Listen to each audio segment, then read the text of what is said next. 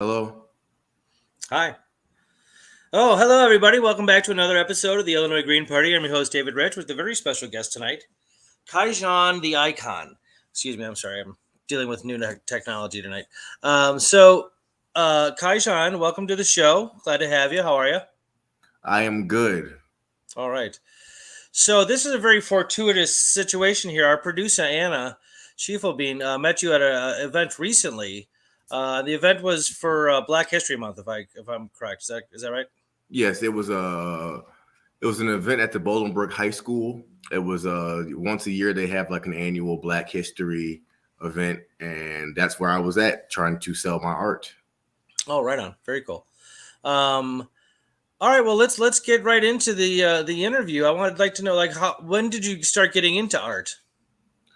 Well, as stereotypical as it's gonna sound, but I've been an artist my whole life. Right. So I used to draw as a kid. I took the art classes. I never liked being told what to do, so I didn't pursue that in high school. I just didn't like.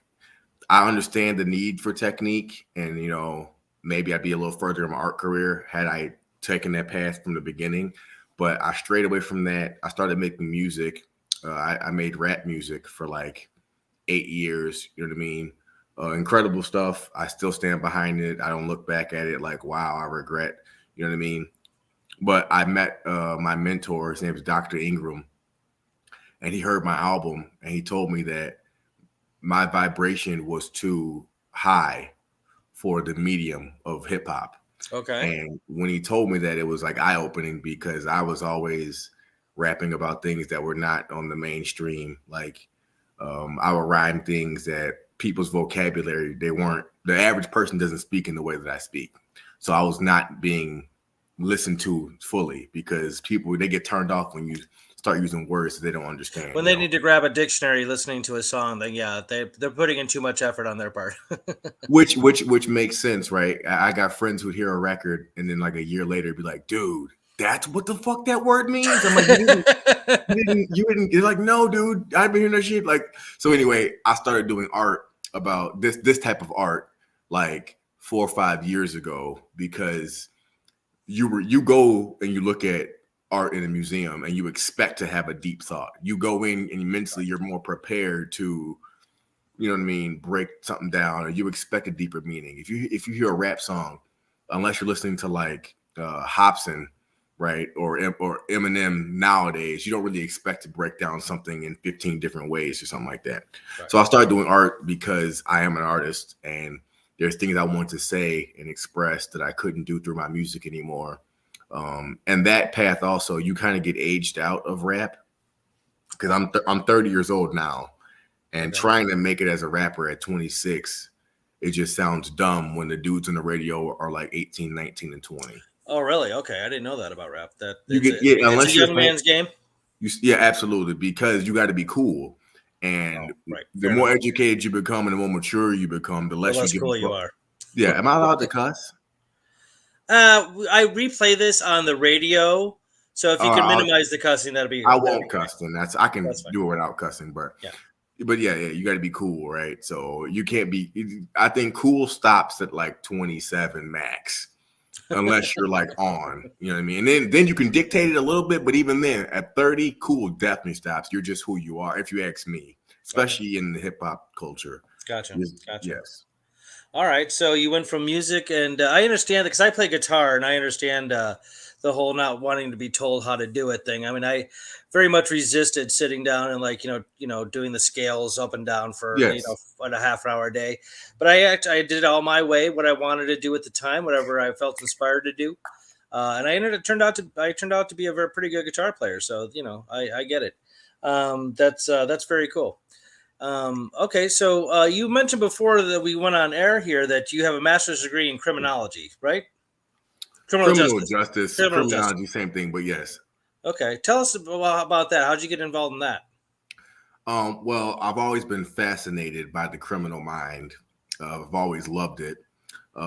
There's a myriad of reasons why, but I'll stick with the basics. For me, I've had a very traumatic life, Mm. and there's moments where I've always went off the deep end, And criminals, a lot of them, the ones that are not, I'm not talking about Jeffrey Dahmer. I'm talking about the guy who walked in and his wife was cheating on him and he just went off the deep end. You know what I mean?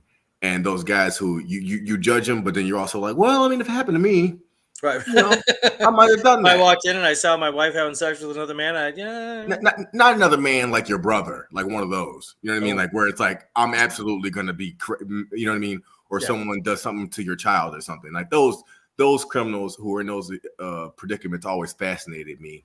So I went into college under the idea that I would be like involved in some type of law enforcement.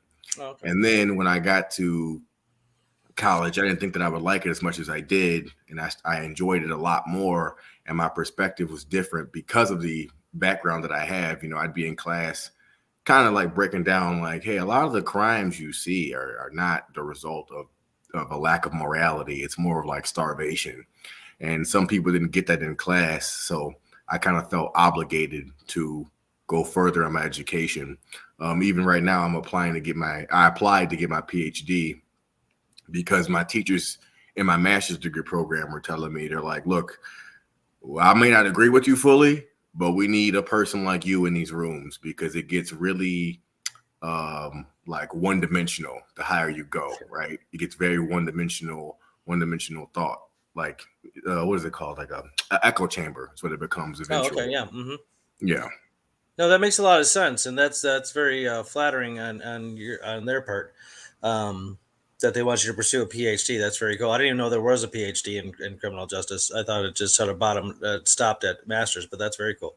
Yeah, there's a PhD. They're criminologists. They get those, but it really the echo chamber I mentioned is because people who get a PhD in criminal justice or criminology, they just stay in academia, and academia is not reality. So. Right, I think that's the case with most PhDs, unless you get like an MD where you become a doctor, or a JD, a Juris Doctor, where you're a lawyer. Yep. If you're getting a PhD in English or philosophy or mathematics, you're probably going to be a researcher / teacher. Which is why I will do it purely for I want to teach one day. I don't want to work where I work now, right? So I want to teach one day, and I also want to teach because of my different perspective. And I want to, the same thing I do with my art, I want to infuse more humanity into the upcoming police, the upcoming correctional officers, the upcoming probation officers. I want to try to get them to see the humanistic qualities of the people who commit crime, right? Outside of violent crime. So before anyone judges me like no, not those guys, though. That's a completely different conversation. But the dude who robbed a grocery store and the gun wasn't loaded, you know what I mean? And he like really wanted some bananas as well as the money. Like let's do something for him to where he doesn't have to do that again right when he gets to the prison. Does that make sense? Yeah, bravo, absolutely. I think I have a philosophy degree, and then one of in philosophy of law or sociological philosophy, there's a distinction between what's called retributive justice and reparational justice. Retributive is if you commit a crime or do something wrong, you deserve to be punished merely because you did something wrong. Yes. And then reparational justice is you did something wrong, with how do we make you a better person so that you don't do it again? Absolutely. And America is not about figuring out how you don't. We have more people incarcerated per capita in this country than any country in the world. And that's crazy. It's crazy, but it's also not crazy, and it makes absolute sense from my perspective if you look at the history of America, because things just evolve, right? It doesn't. Things don't change; they just evolve and they become more elusive. So, slavery was done around the world, but America did it the same way. I look like how Texas is. Everything's bigger in Texas. America did slavery better than anybody else. Yeah, we did a good job on that one, didn't we? Yeah. So the fact that we have more people incarcerated is not like shocking, right? It's definitely there's a completely sufficient explanation as to why that's the case. Yeah. Well, morally it's shocking. Absolutely, yeah, because of the surface level of who we are as a country, right? That's why it's shocking. But Yeah, and the average person doesn't put those two together. I'm like, dude, listen to me, man. It's not shocking. It's not. You know what I mean? It's just evolved. You know what I mean? Now you just gotta do something first. You're not just Right. born into it, Right. And you heard a lot of politicians. It was popular in the I think the 2018 elect or 2016 election. Even the Republicans on the stage were saying that we need to figure out how to get this incarceration level down because that's really bad. Yeah, the worst Um, part about that is that it's only because of the money. It just oh, of costs too much course. now. Oh, dude, absolutely. The number one slogan for America since its inception is money is always more important than people. Um, Absolutely. that's what you get with capitalism, in my opinion. But okay, we can talk about economics another time.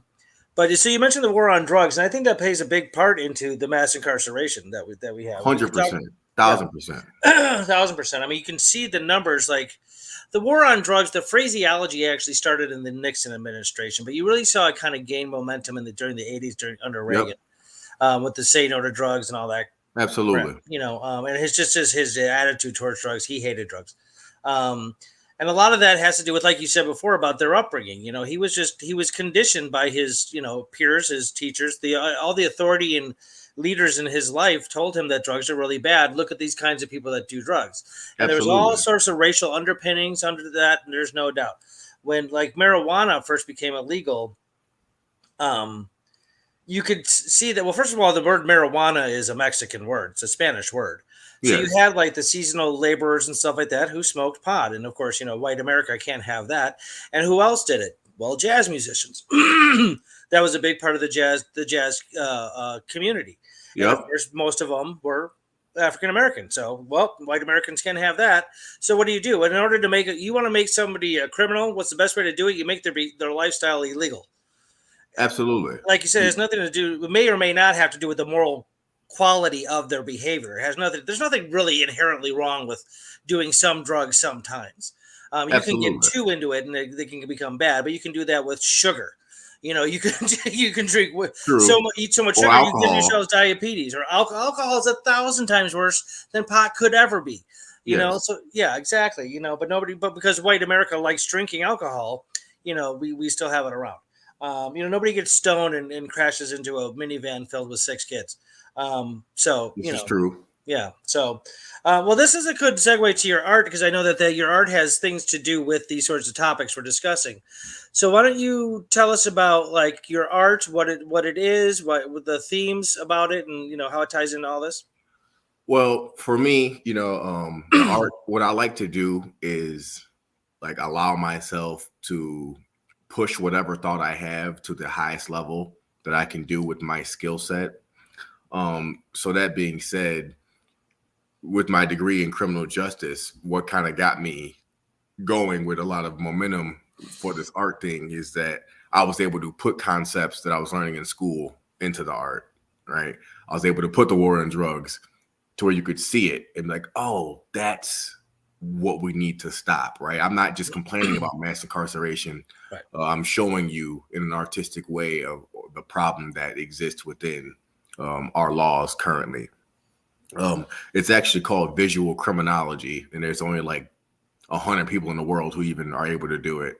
That's right. Yeah, so the visual criminology is kind of where I started.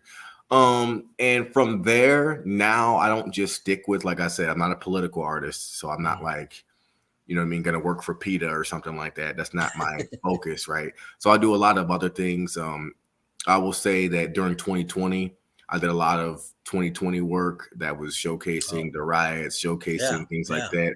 I didn't do anything for COVID-19. I didn't do anything specifically for the pandemic, but during the pandemic, I did a lot of work that was just showcasing where we're at and what we need and where we need to go, right? Like the direction we need to go, right?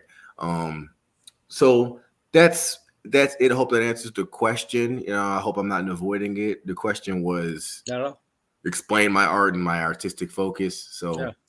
I guess I'll end with, or not end with, but segue into the next part or whatever question you have is that my art is very focused on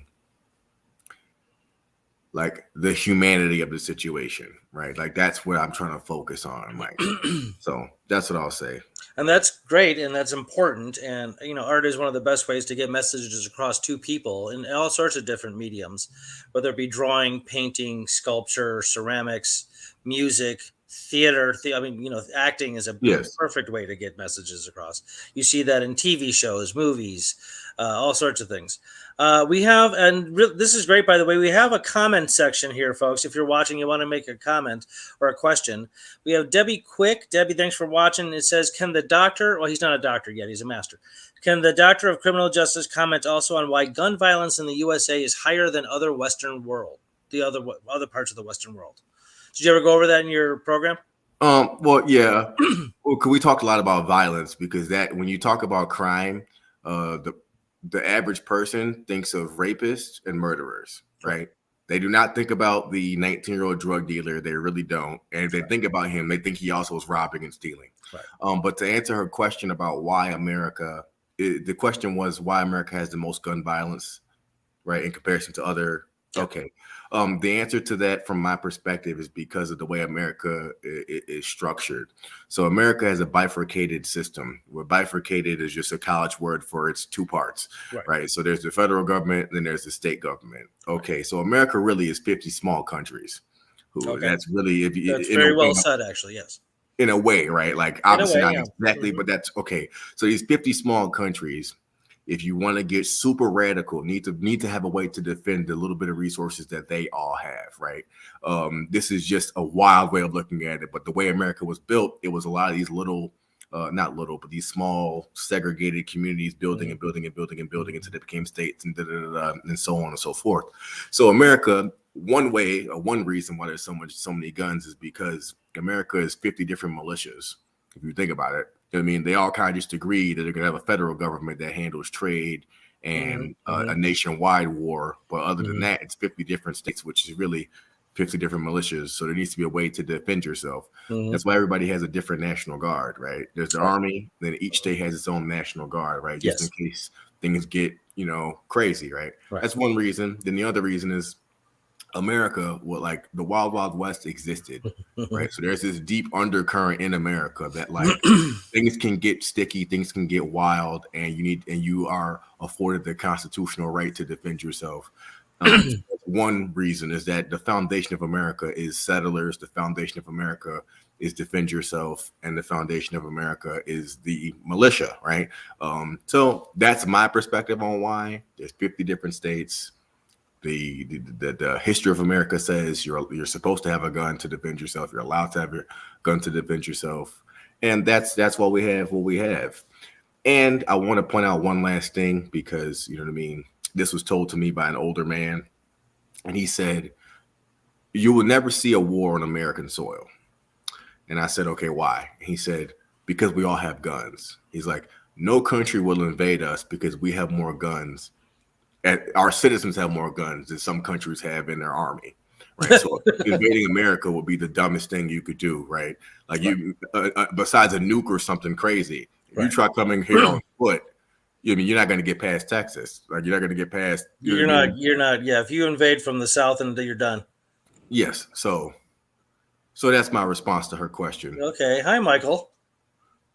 Hello. I'm sorry. I'm new to this, so I was trying to figure things out. I severely apologize. You realize we're live right now, right?